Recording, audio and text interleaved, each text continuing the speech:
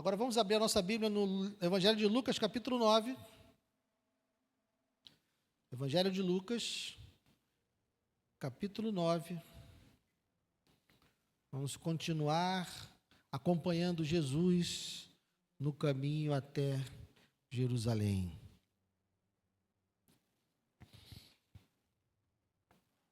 Lucas, capítulo 9, versos 57 a 62. Lucas 9, de 57 a 62. Diz assim: Enquanto seguiam pelo caminho, alguém disse a Jesus: Vou segui-lo para onde quer que o Senhor for. Mas Jesus lhe respondeu: As raposas têm suas tocas e as aves do céu têm os seus ninhos, mas o Filho do Homem não tem onde reclinar a cabeça. A outro Jesus disse: Siga-me. Mas ele respondeu: Senhor, deixe-me ir primeiro sepultar o meu pai. Mas Jesus insistiu: Deixe que os mortos sepultem os seus mortos. Você, porém, vá e anuncie o reino de Deus. Outro lhe disse: Senhor, quero segui-lo, mas permita que antes disso eu me despeça das pessoas da minha casa. Mas Jesus lhe respondeu: Ninguém que põe a mão no arado e olha para trás é apto para o reino de Deus. Pai amado, obrigado por essa porção da Tua palavra. Abençoa-nos, Senhor, vem sobre nós. Fala conosco, Senhor, porque precisamos ouvir a Tua voz, precisamos ser alimentados pelas palavras que vêm de Ti. Então, que não seja eu, que não sejam os meus raciocínios, que as minhas falhas, que os meus pecados não impeçam a Tua igreja de ser alimentada nessa noite, eu te peço. E já te agradeço em nome de Jesus. Amém. Pode sentar, queridos. Irmãos, já falamos isso algumas vezes, mas nós vivemos numa época em que muita gente admira Jesus. Muita gente gosta das suas palavras, muita gente respeita os seus ensinos, acham que a sua ética é inspiradora. Veem os relatos dos evangelhos, e dizem que Jesus, se ele não existiu, deveria ter existido. Eles concordam, admiram a figura de Cristo. Mas admirar Jesus não é a mesma coisa que segui-lo. Seguir Jesus é outra coisa. É possível gostar de Jesus e ainda assim não caminhar com Ele. Existem muitas pessoas que gostam de Jesus e não caminham com Ele. É possível nós frequentarmos ambientes cristãos, frequentarmos igrejas e não vivermos como discípulos de Cristo. Tudo isso é possível. No texto que nós vamos meditar hoje, nós encontramos 3 pessoas que, em tese, estariam dispostas a seguir Jesus. Nenhuma dessas pessoas rejeitou Jesus.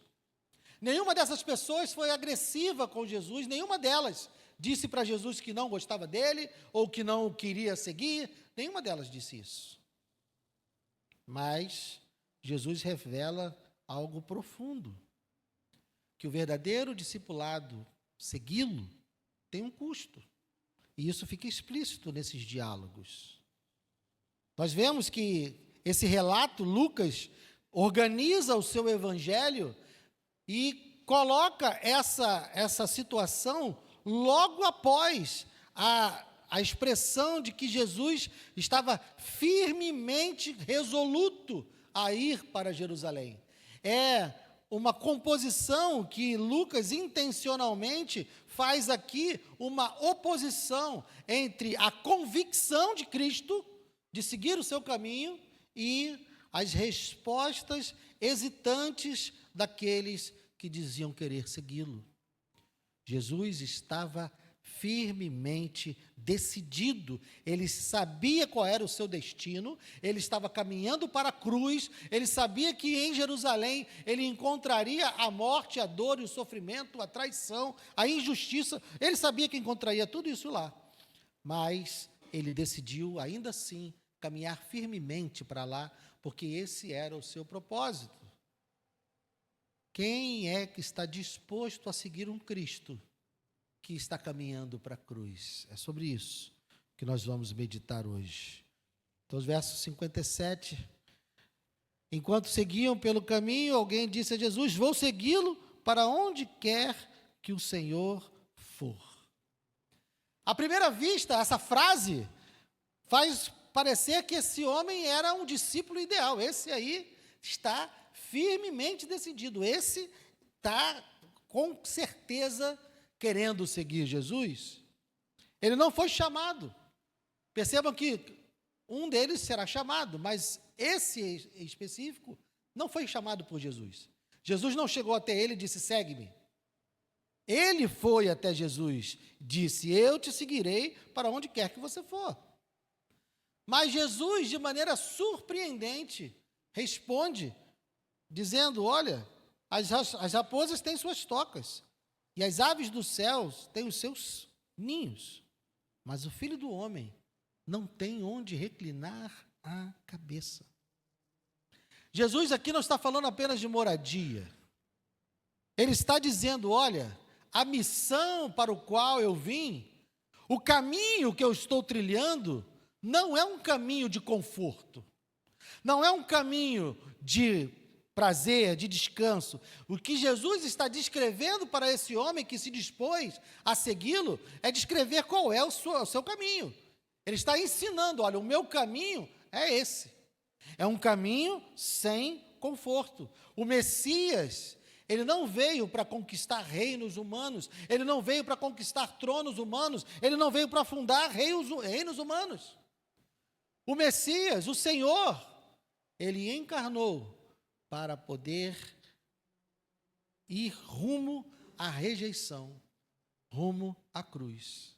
Ele encarnou para morrer. Seguir esse Cristo não é um caminho de estabilidade social, onde nós vamos encontrar prestígio ou conforto. Seguir a esse mestre é um caminho de sofrimento, é um caminho de incertezas. A certeza do cumprimento da missão, ela é real, mas o caminho é cheio de dores, cheio de sofrimentos, e ele está deixando isso claro para esse seguidor. Então, logo em seguida, a situação muda. Verso 59. A outro Jesus disse: siga-me. Agora sim, Jesus vai a ele e diz: olha, vem me seguir. O chamado do Evangelho, o chamado central do Evangelho é um chamado a seguirmos a Jesus. Quando nós ouvimos a palavra de Deus, quando nós ouvimos o Evangelho e nós decidimos entregar a nossa vida a Cristo, o que nós estamos tomando como decisão é seguir a Cristo. Cristãos são aqueles que seguem a Cristo. Mas esse homem, então, diante desse chamado, diz: olha, Senhor, deixe-me ir primeiro sepultar o meu pai. Mas Jesus insistiu: deixe que os mortos sepultem os seus mortos. Você, porém, vá e anuncie o reino de Deus. E aí você ouve uma resposta como essa, assim: caramba, Jesus pegou pesadão, né? Pô, dá só enterrar o pai dele, pô. O enterro não demora muito, né? Você vai ali, começa 1h da tarde, no máximo 5h da tarde, você já está saindo do cemitério. Pô, Jesus, não dá para deixar o cara ir lá enterrar o pai dele? O que a gente precisa entender, irmãos, é que nessa cultura, quando um homem diz: deixe-me primeiro sepultar meu pai, o que ele está dizendo é que deixe-me primeiro esperar o meu pai morrer. Não quer dizer que o pai dele tinha morrido. Quando ele diz assim: deixa eu enterrar meu pai, não quer dizer que o pai dele estava no caixão, sendo velado, e ele só queria ir lá enterrar o pai. Não é isso. Porque se o pai dele tivesse morrido, provavelmente ele não estaria ali nem conversando com Jesus. Ele não estaria na rua procurando bater papo com um andarilho. O pai dele, muito provavelmente, estava vivo, Nesse contexto, essa expressão pode significar, olha, deixe-me estar com o meu pai até que ele morra, para que eu possa receber a herança, para que eu possa organizar a minha vida. O que está sendo dito aqui para Jesus é, olha, eu quero te seguir sim, mas agora não. Eu tenho outras coisas para resolver. Eu preciso dar um jeito na minha vida, eu preciso organizar a minha vida. Então, quando Jesus diz, olha, deixa que os mortos sepultem os seus mortos, ele não está dando um desprezo para a família, para os laços familiares. O que ele está dizendo, olha, existem prioridades. E o reino de Deus, seguir o Messias, é a prioridade maior da nossa vida. Nos preocuparmos com essas coisas secundárias não pode se colocar à frente de nós seguirmos a Jesus. Buscarmos resolver as questões dessa vida. Não, primeiro eu vou me formar. Não, primeiro eu vou estabilizar no emprego. Não, primeiro eu vou me casar. Não, primeiro eu vou criar meus filhos. Não, e tudo primeiro. E Jesus vai ficando sempre para o último lugar. O que Jesus está dizendo é, olha, deixe que os mortos sepultem os seus mortos. Ele está fazendo aqui um trocadilho com aqueles que estão mortos espiritualmente, sepultando aqueles que estão mortos fisicamente. Você precisa anunciar o reino de Deus. Então, o terceiro homem também parece disposto. Outro lhe disse, verso 61, Senhor, quero segui-lo. Opa, quero segui-lo. Mas, aí tem o mais. Mas, permita-me que antes disso, eu me despeça das pessoas da minha casa. Mas Jesus lhe responde, ninguém que põe a mão no arado e olha para trás é apto para o reino de Deus. Aí agora você diz, Guilherme, agora ele pegou pesado. Você conseguiu explicar a questão do morto, mas ele só queria ir lá, dar um beijo no pai, um beijo na mãe, era só isso. Jesus agora pegou pesado.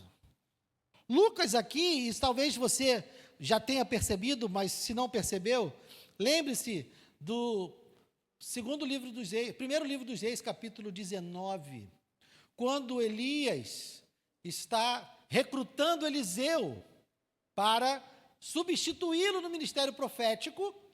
Eliseu está arando, ele está com uma junta de bois, arando o solo. Então Elias vem e joga a sua capa sobre Eliseu, e Eliseu olha para Elias, entende o que aconteceu e fala assim, tá, mas deixa eu só lá me despedir do pessoal da minha casa. Elias fez o quê? Deixou ali. Aqui existe a própria resposta de Jesus, nos leva a entender que há um paralelo, porque ele fala, a resposta que ele dá, ele fala de novo de arado, nos remete a Elias e Eliseu. A própria identificação de Jesus, logo no começo do capítulo 9, tem aquela, quem dizem que eu sou? Uns dizem que é Elias, outros profetas. Então existia essa confusão da pessoa de Cristo. Então aqui, quando Jesus dá essa resposta e quando Lucas organiza a resposta desse jeito, ele está nos mostrando, sim, um paralelo. Mas então, por que Elias deixou Eliseu ir e por que Jesus não deixou o outro ir? O que Lucas quer nos mostrar aqui é que o ministério do Messias é infinitamente superior ao ministério dos profetas. Jesus não era mais um profeta, Jesus não era um outro enviado, apenas mais um outro enviado do Senhor. Jesus é o Senhor. Então, nesse caso, não há que se colocar nada adiante, porque se você ver, cada um desses homens colocou algo primeiro. Tem sempre algo para acontecer antes de seguir a Jesus. E o que está sendo expresso aqui é o contraste entre a firme decisão que Jesus tomou. Volte um pouco aí no início do capítulo 9 e veja. Não, aqui no verso 51, desculpa. E aconteceu que, se completarem os dias em que seria elevado ao céu, Jesus manifestou no semblante a firme resolução de ir para Jerusalém. E a decisão dele era algo tão forte, tão visível, que no verso 53, os samaritanos não receberam por quê? Mas os samaritanos não receberam por quê? Porque o aspecto dele era de quem decisivamente ia para Jerusalém. Só de olhar para Jesus, você via, esse cara está indo para Jerusalém. Não sei qual é a cara de quem vai para Jerusalém, mas Jesus tinha a cara de quem ia para Jerusalém. Isso estava claro. O que está sendo colocado aqui para nós é que esses 3 homens, eles se aproximam de Jesus, mas eles têm sempre um porém, tem sempre um algo, tem sempre alguma coisa a ser colocada antes. Tem sempre algo para ser colocado como prioridade. Essa resposta de Jesus, além de nos remeter lá ao caso de Elias e Eliseu, também nos mostra que, ao arar, uma pessoa precisava olhar firmemente para frente. Porque se ela não estivesse atenta, os sulcos da terra iriam ficar tortos. E aí caberia menos coisas no terreno. A agricultura exige um uso inteligente do espaço. Então, eles precisavam fazer o arado muito bem feito para poder aproveitar todo o espaço para poder cultivar. Então, quem está com o arado precisa olhar firmemente para frente. Não adianta ficar olhando para trás, porque senão você vai errar o seu caminho. Então, esse rei que chega, que é mais do que um profeta, ele exige uma resposta imediata, uma ação de segui-lo imediata. A imagem é clara. O Messias, o discipulado do Messias exige uma direção definida, exige que estejamos convictos. Esses 3 encontros, meus irmãos, acontecem logo depois dessa afirmação de que Jesus estava firmemente decidido a ir para Jerusalém. Isso não é coincidência. Esse trecho funciona quase que como um diagnóstico do coração humano. Jesus firmemente decidido e logo em seguida 3 cenas que não são aleatórias. Elas formam um espelho, uma ideia do coração do ser humano, revelando 3 obstáculos recorrentes que impedem as pessoas de seguirem Jesus de fato. O primeiro obstáculo, expectativas erradas a respeito da vida com Cristo. No primeiro encontro, alguém se oferece, olha, eu vou te seguir para onde quer que você vá. Mas a resposta de Jesus fala de raposas com covis, fala com aves com ninhos, e diz que o Filho do Homem nem isso tem. Ele não tem nem um covil, ele não tem nem um ninho, ele não tem nem onde reclinar a cabeça. O problema aqui não é má vontade, mas é uma expectativa equivocada. Jesus está revelando e apontando o que há no coração, um desejo de um caminho de estabilidade, um caminho de honra. Não, eu vou colar com o Messias, porque aí colado com o Messias eu estou bem. Minha vida vai, decolar, tudo vai dar certo, nada vai ter mais problema, eu vou estar com o rei, eu sou filho do rei, sou cabeça, não sou cauda, e assim vai, e todos os outros jargões que você imaginar que tem, de que um cristão nunca terá problemas e nunca terá dores. Mentira. O evangelho do pare de sofrer, o evangelho que nos faz querer imaginar que andando com Jesus, tudo na nossa vida vai ficar perfeito e decolar, e nós vamos ter o melhor dessa terra. É mentira. Jesus está deixando claro para essa pessoa, olha, me seguir é não ter nem mesmo onde dormir. Não há conforto, não há expectativas, não há posses, não há glória, nada disso. Tem certeza que quer me seguir? Então o texto confronta essa tendência de seguir a Cristo esperando que isso organize a vida em torno de conforto, em torno de segurança, em torno de reconhecimento. Venha para Jesus que a sua vida vai melhorar. Jesus não morreu para melhorar a nossa vida.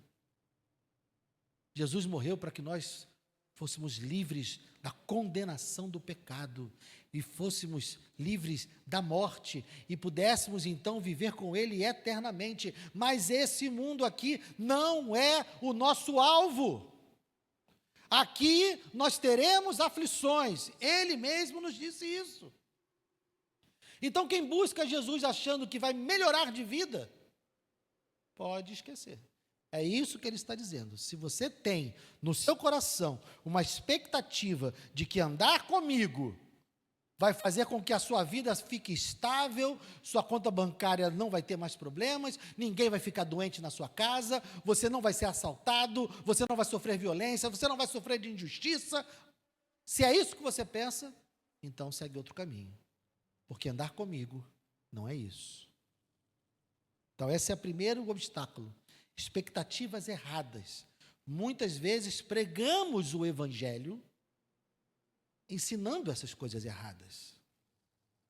Você está vivendo, às vezes encontramos pessoas que estão com a vida destruída, que estão com a vida cheia de problemas, cheia de dores, e dizendo, não, você precisa vir para Jesus.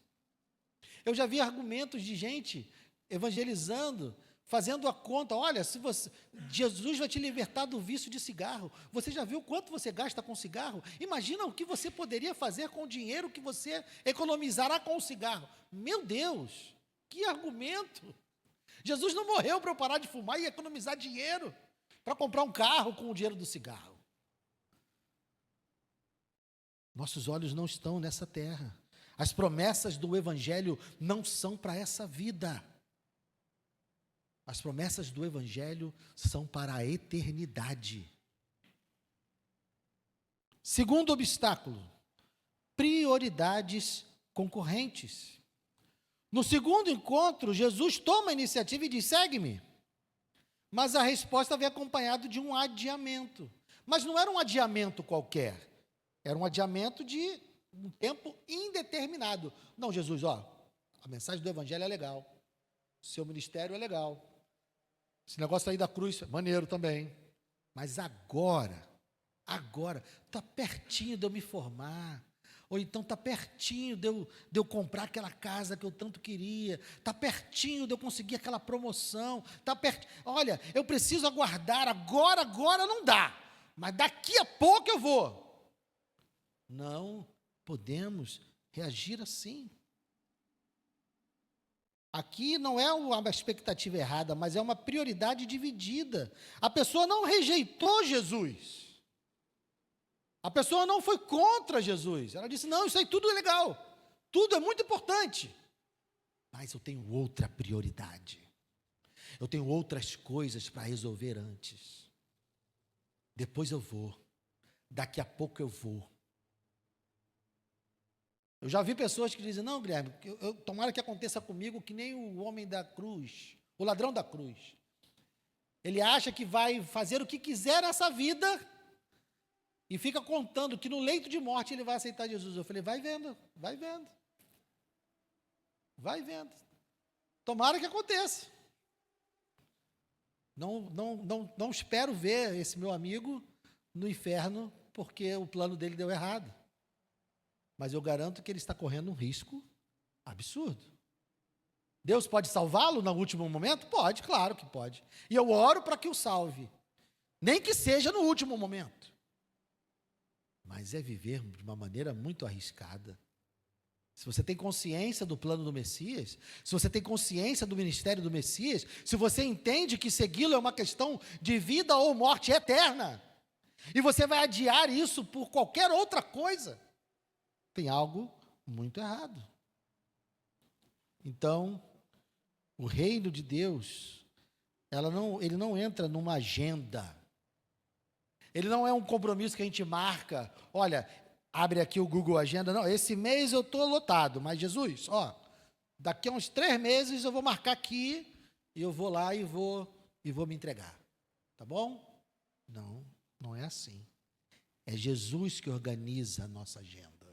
É Ele que está no comando da nossa vida. Não somos nós que vamos organizar essa agenda. Não somos nós que dizemos quais são as prioridades. Se nós vamos seguir a Jesus, não somos nós que damos as prioridades. É Ele que diz qual é a prioridade. Terceiro obstáculo é o apego ao passado. O terceiro homem afirma que vai seguir Jesus, mas ele quer ir antes lá, despedir-se da família. Ele quer romper esses vínculos antes. Mas Jesus responde, olha, se você pegar no arado e ficar olhando para trás, você não é apto para o reino de Deus. Então você tem que deixar as coisas para trás e avançar para frente. Olhar somente para frente. O problema aqui é que o coração está dividido entre o novo e o antigo. Não é apenas uma demora, não é porque alguém está retardando, é uma hesitação que está no coração. O discípulo ele já começa a jornada emocionalmente preso à sua vida anterior. Ah, mas era tão bom. Ah, mas era tão legal. Poxa, que saudade daquele tempo. E nós também precisamos abandonar o passado. Então aqui, com esses 3 encontros, nós temos um retrato completo do discipulado incompleto. São 3 encontros que mostram um quadro bastante realista daquilo que acontece de fato entre nós hoje. Alguns querem seguir Jesus sem compreender qual é o custo de seguir Jesus, sem compreender o que é de fato seguir Jesus. Outros querem seguir, mas somente depois que resolverem as grandes questões da sua vida, só depois que se estabilizarem e realizarem os seus sonhos, aí eles vão se dedicar ao reino. E outros começam a seguir, mas com o coração voltado para trás. Essas 3 reações continuam aparecendo entre nós ainda hoje. São maneiras que nós utilizamos para nos relacionar com o caminho de Cristo. Só que o texto não mostra apenas 3 indivíduos do passado, né? O texto está nos mostrando 3 atitudes que ainda existem entre nós e que ainda competem com o chamado de Cristo. Nesse espelho do discipulado, Lucas coloca essas hesitações logo depois dessa manifestação convicta de Jesus. Então, enquanto Cristo está caminhando firmemente, resolutamente, em direção à cruz, os possíveis discípulos ainda estão hesitantes. É para a cruz, agora. Então, Jesus, num contraste intencional, Jesus está seguindo firme, mas os homens querem impor condições, eles querem colocar cláusulas nesse relacionamento. Então, essa narrativa expõe a distância que há entre o compromisso de Cristo e a hesitação do ser humano. O ser humano hesita em seguir a Cristo. Agora, eu não sei se você percebeu que o texto não diz qual foi a resposta desses homens. O texto não diz qual é a reação deles. Todos os encontros terminam com as falas de Jesus. A gente não sabe o que o primeiro homem respondeu quando Jesus disse, olha, as raposas têm seus covis, as aves têm seus ninhos. A gente não sabe o que esse homem respondeu. A gente não sabe o que o rapaz que queria sepultar seu pai respondeu. A gente não tem ideia de qual foi a resposta. E também não sabemos o que o terceiro homem respondeu. Por quê? Porque não importa. O que Lucas está querendo colocar para nós aqui não é simplesmente dizer o que esses homens fizeram. O que Lucas está colocando aqui, levantando para nós é o que nós faríamos nessa situação. O que esses homens fizeram não importa para nós. O que Lucas registra aqui é o princípio, a pergunta, e essa pergunta permanece aberta para cada um de nós. Qual desses obstáculos está no meu coração? De que maneira eu estou respondendo ao chamado de Jesus? De que maneira eu quero caminhar ao lado dele? Porque caminhar com ele é um caminho de renúncia. Nós já vimos isso anteriormente. Volte aí um pouquinho no capítulo 9, verso 23.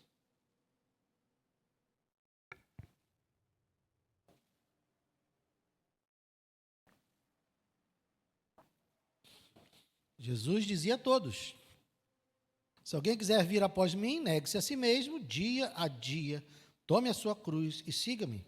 Pois quem quiser salvar a sua vida, a perderá, e quem perder a sua vida por minha causa, esse a salvará.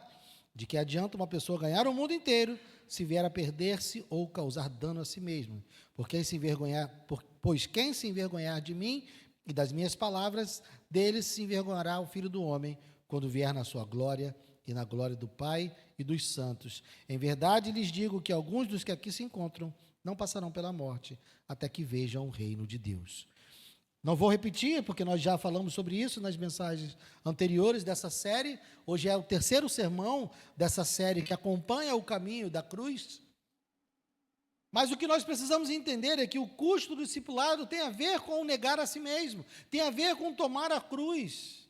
Negar a si mesmo e tomar a cruz, nós falamos nesse sermão, tem a ver com nós sairmos do centro. Nós deixamos de ser aqueles que decidimos a nossa vida e transferimos as nossas decisões para o Messias, para o Mestre. É Ele quem vai tomar as decisões, é Ele quem vai guiar o nosso caminho. Não são mais os nossos planos, são os planos dEle. Não são mais as nossas vontades, são as vontades dEle.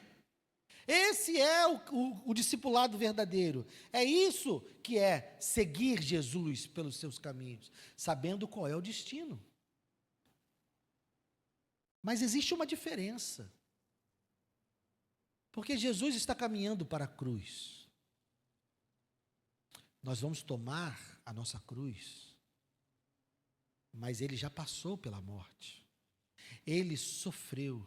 Ele levou sobre si o meu e o seu pecado. Ele levou sobre si o castigo que era para nós. Nós, quando tomarmos a nossa cruz e quando nós estivermos seguindo Jesus, Ele estava caminhando para a dor, para a injustiça, para a traição e para a morte.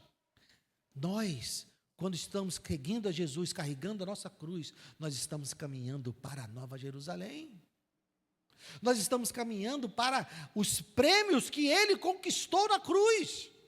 Ele caminhava resolutamente para a morte. Ele caminhava resolutamente para a traição, porque Ele sabia que a morte dEle era o que nos traria vida. Ele sabia que a morte dEle é que nos traria a reconciliação com Deus. Agora que Ele já passou pela cruz, agora que Ele já sofreu, nós não apenas estamos indo para o mesmo caminho, nós estamos indo para o destino que Ele conquistou para nós. Nós não estamos caminhando para a crucificação, nós devemos já estar crucificados agora. Já estou crucificado com Cristo, morremos com Ele. Então o caminho do discipulado, ele vai ser um caminho de dores nessa vida. Sim, é um caminho de dores nessa vida. Nós não fomos convidados para caminhar um caminho de glória nessa vida. Nós fomos convidados para caminhar um caminho de glória na eternidade. Então, tudo que vivermos nessa terra, tudo que tivermos nessa terra, são coisas passageiras, sejam coisas boas. Lembre-se então bem da série que nós estamos fazendo sobre Eclesiastes, da vida debaixo do sol. Tudo nesse tempo, tudo nessa terra é temporário, é transitório, é fumaça, é vaidade.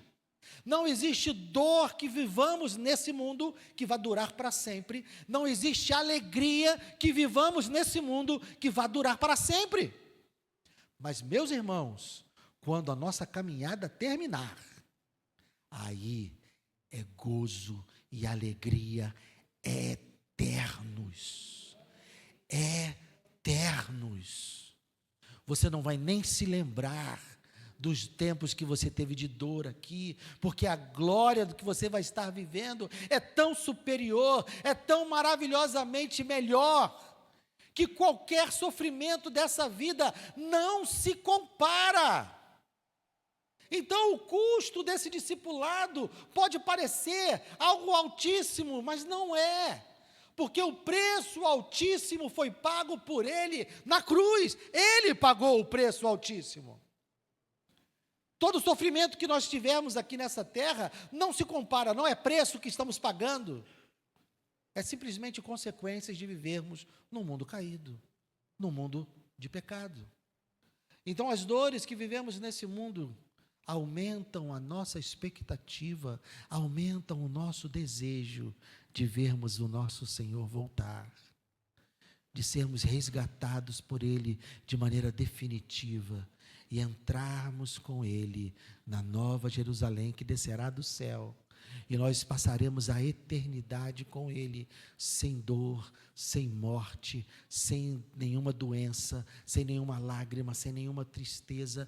E isso, meus irmãos, para sempre. Então, que isso anime você nesse caminho do discipulado, mesmo sabendo que o nosso Messias, nesse mundo, não tem onde recostar a cabeça, o chamado dele não é um chamado de conforto, mesmo sabendo que nós precisamos colocar ele como prioridade, não importa se eu não me formei, não importa se eu não consegui alcançar os meus sonhos, não importa se eu não tive minha casa própria, não importa se eu não consegui, nada importa, porque nenhuma conquista nessa terra é melhor do que ele tem para nós no futuro. Nada disso importa. Então, quando você estiver caminhando e seguindo a Cristo, lembre-se, é um custo muito baixo diante daquilo que nós estamos recebendo. Amém? Vamos ficar de pé.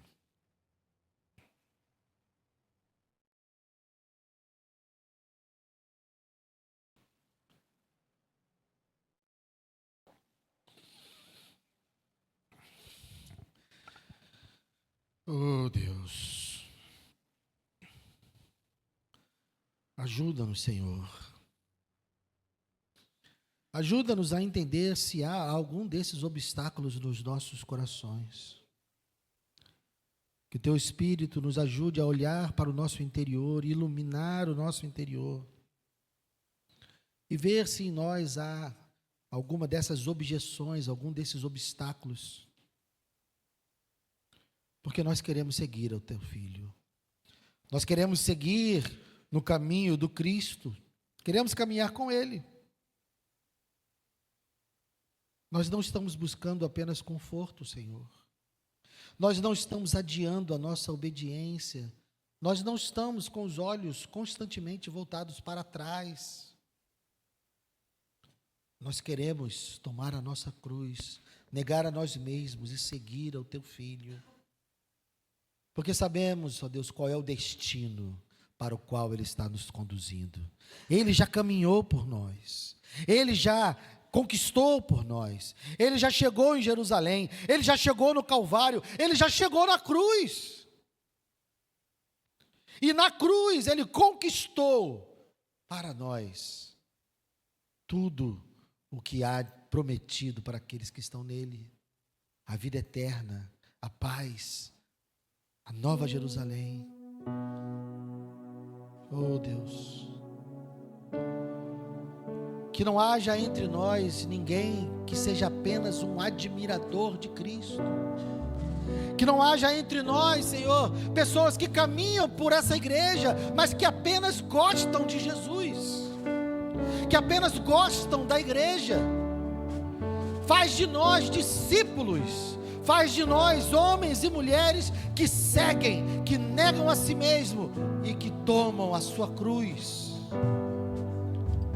Ajuda-nos, Senhor. Tira todo o engano do nosso coração, tira toda a distração do nosso coração e lembra-nos para onde o Messias está nos levando. Lembra-nos qual é o destino daqueles que seguem o Messias, para que nós possamos entender que o grande preço não foi pago por nós. O custo do discipulado é nada comparado ao preço que foi pago por nós. Então que possamos ter boa disposição diante das lutas dessa vida, diante das dificuldades desse mundo, das injustiças, das dores. Até porque não vivemos apenas em dores e injustiça, também temos muitas coisas boas vividas nesse mundo. Então, ó Deus,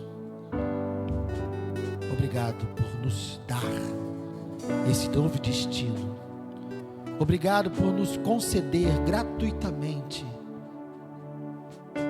essa realidade que nós nem conseguimos imaginar como é. Aleluias. Mas já é nossa. Já é nossa. Em Cristo Jesus. Obrigado, Senhor.